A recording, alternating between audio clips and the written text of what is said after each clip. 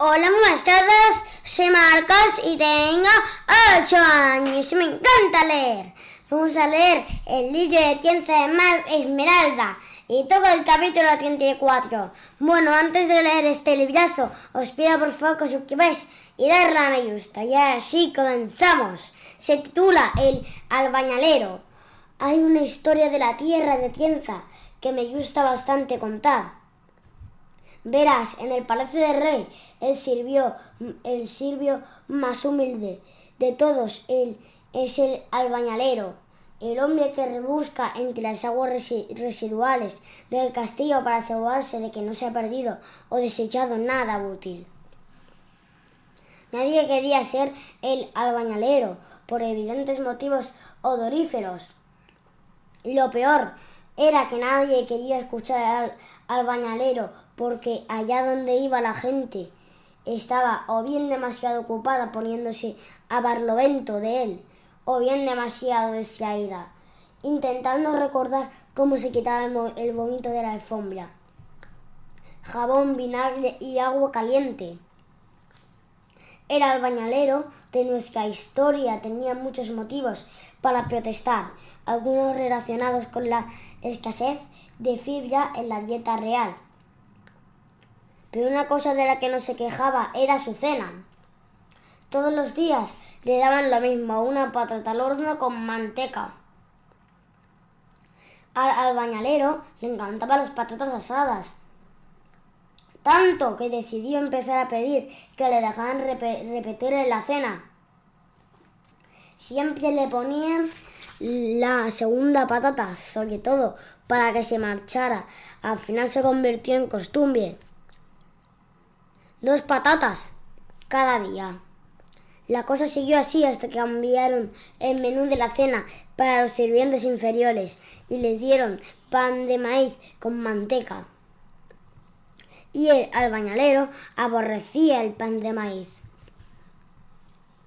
Esperó que regresaran las patatas, pero no lo hicieron.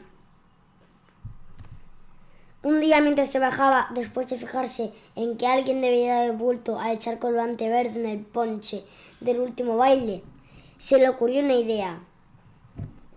Su vida en el palacio era desdichada, pero seguro que podía hacer algo para mejorarla. Decidió hablar con la cocinera y que volviera a ponerle patatas para cenar. Así que el albañalero emprendió una misión.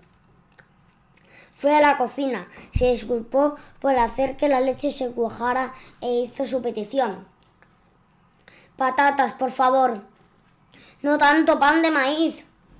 La cocinera se mostró compasiva, a juzgar por las lágrimas de sus ojos. Pero por desgracia no podía cambiar el menú. Le explicó que eso lo decidía el mayordomo del palacio y ella se limitaba a preparar la comida. El albañalero fue a hablar con el mayordomo. Lo encontró absorto en una extraña actividad, comprobar cuánto pañuelo podían contener sus fosas nasales. El albañalero le expuso su problema.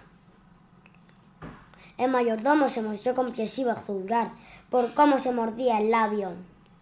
Pero tampoco él podía hacer nada respecto al menú, porque la materia prima se la suministraba la ministra de Comercio y ella no le enviaba patatas. Bueno, resultaba que a la ministra de Comercio se le había caído un anillo a los dominios del albañalero. Se afanó en encontrarlo, aunque en el proceso tuvo que preguntarse cómo era posible que una persona tan rica como la ministra de Comercio comiera tanto maíz. Fue a devolverle el anillo y la ministra honró al albañalero recibiéndolo en persona. Fuera, un día muy ventoso, lloviendo, durante la temporada de alergias. El albañalero le explicó su angustia. La ministra se mostró comprensiva a juzgar por cómo casi se desmayó al ver que se acercaba y por qué era el rey en persona que no había ordenado que solo se diera de comer maíz a los siervos. Y el rey no era la clase de persona a la que se podía ver en cualquier momento, porque no tenía mucha regularidad y para él era cuestión de día sí, día no. El día adecuado, el albañalero, paraguas en mano, le dio una voz. Sabía que el rey lo oiría porque tenía evidencia empírica de primera mano sobre lo buena que era la acústica en aquel lugar concreto. Preguntó al rey si por favor sería tan amable de volver a darle patatas de cenar. Le gustaban tanto que siempre se comía 2. El rey se mostró compasivo a juzgar por cómo dejó de dar más trabajo al albañalero durante un momento para responderle. Lo siento, dijo, la cosecha entera de patatas ha sucumbido a las plagas. Ah, y ojo que va. El albañalero aprendió 2 importantes lecciones ese día. Primera, que no hace falta bajar el paraguas para hablar con alguien. Segunda, que nadie, ni siquiera el rey, tenía el poder para proporcionarle patatas de momento. ¿Con que eres tú el que empezó con el asunto de las 2 patatas? Dijo el rey después de terminar con lo suyo. Sí, dijo el albañalero hacia arriba y entonces lamentó haber abierto la boca. ¡Qué curioso!, respondió el rey con voz resonante. Tuve que dejar de comprar patatas incluso antes de que se perdiera la cosecha. Cuando tú empezaste a comerte 2, todo el mundo quiso 2 también. Al crecer la demanda, las patatas se pusieron demasiado caras. Ya no podíamos permitírnosla para los sirvientes. Así que en realidad hubo una tercera lección. Hasta los actos pequeños tienen consecuencias. Y aunque con frecuencia podemos escoger nuestros actos, rara vez estamos en condiciones de escoger las consecuencias. Mientras Tienza regresaba bajo cubierta, sintió una cierta incomodidad. Era lo habitual, las conversaciones con la capitana Cuervo tendían a dejar a la gente un residuo mugriento, un sarro emocional. Tienza vio a Ulan alejándose decepcionado al averiguar que la risa no se debiera entre piernas empaladas y corrió tras él. Doctor, dijo, quería preguntarle una cosa sobre esas esporas que por supuesto no he probado. ¡Chis! Ulan miró pasillo abajo y la llevó al camarote de la germinadora.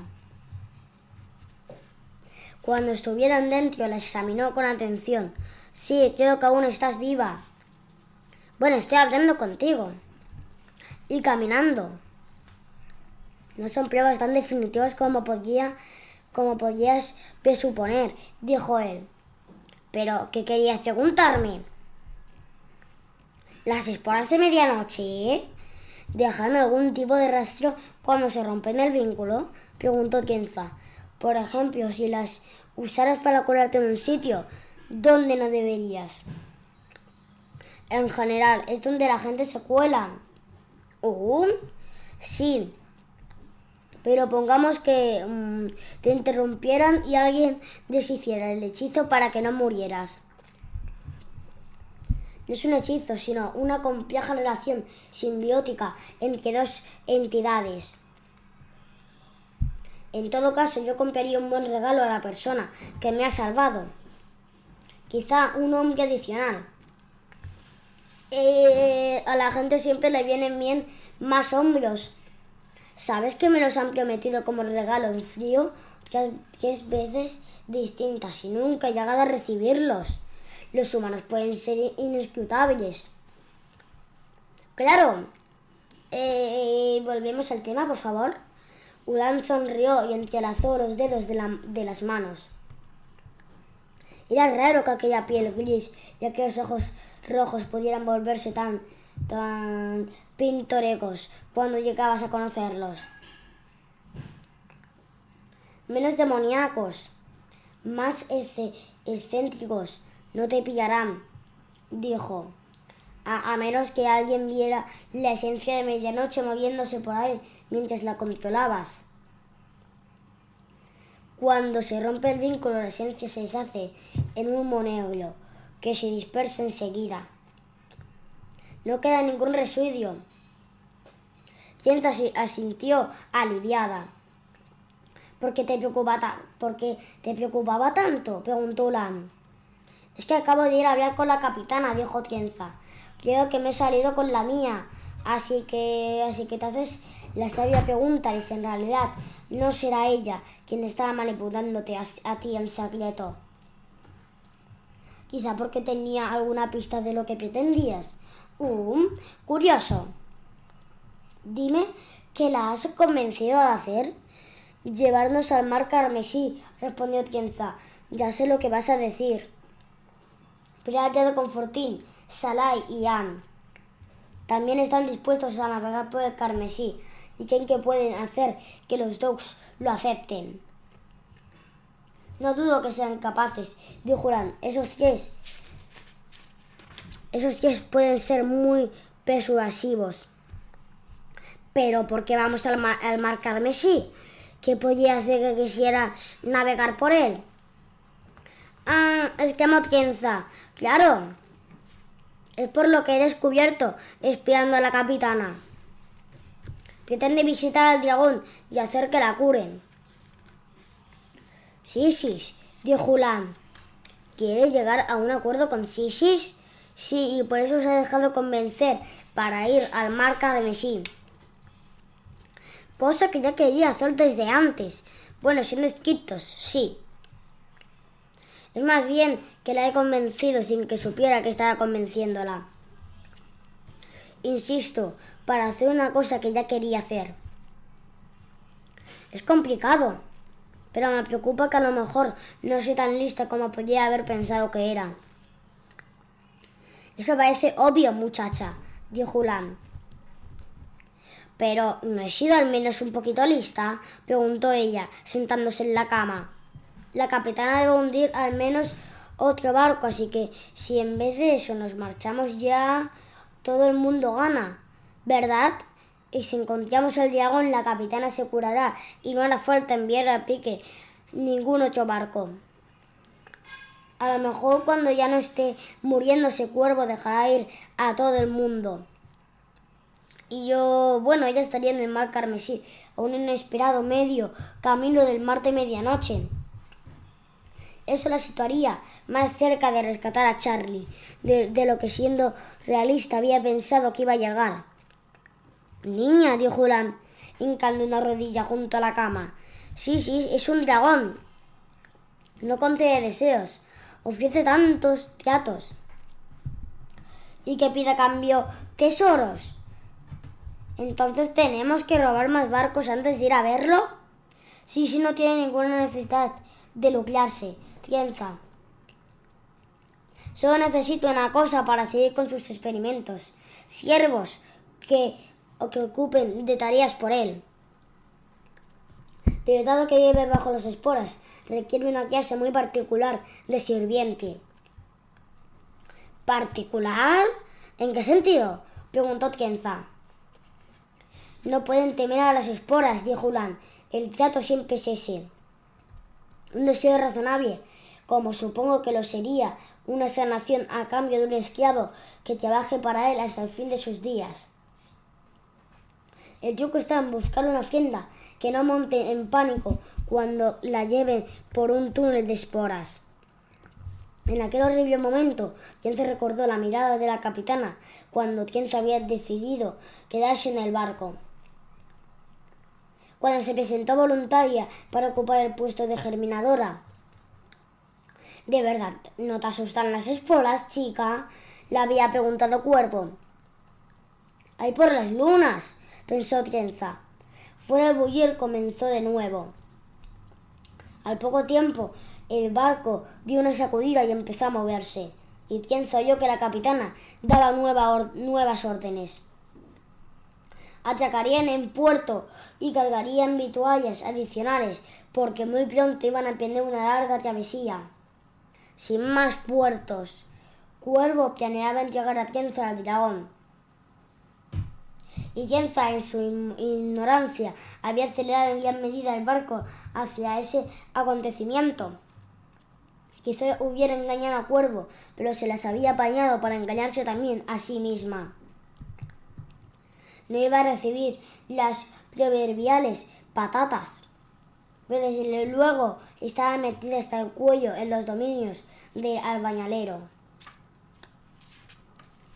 Bueno, chicos, hemos acabado la cuarta parte y el siguiente día tendremos que empezar la quinta parte y el capítulo 35. Bueno, chicos, hasta aquí el día de hoy. El siguiente día seguiremos con este librazo. Acordad de suscribiros y darle a me gusta. Gracias por todo. Adiós.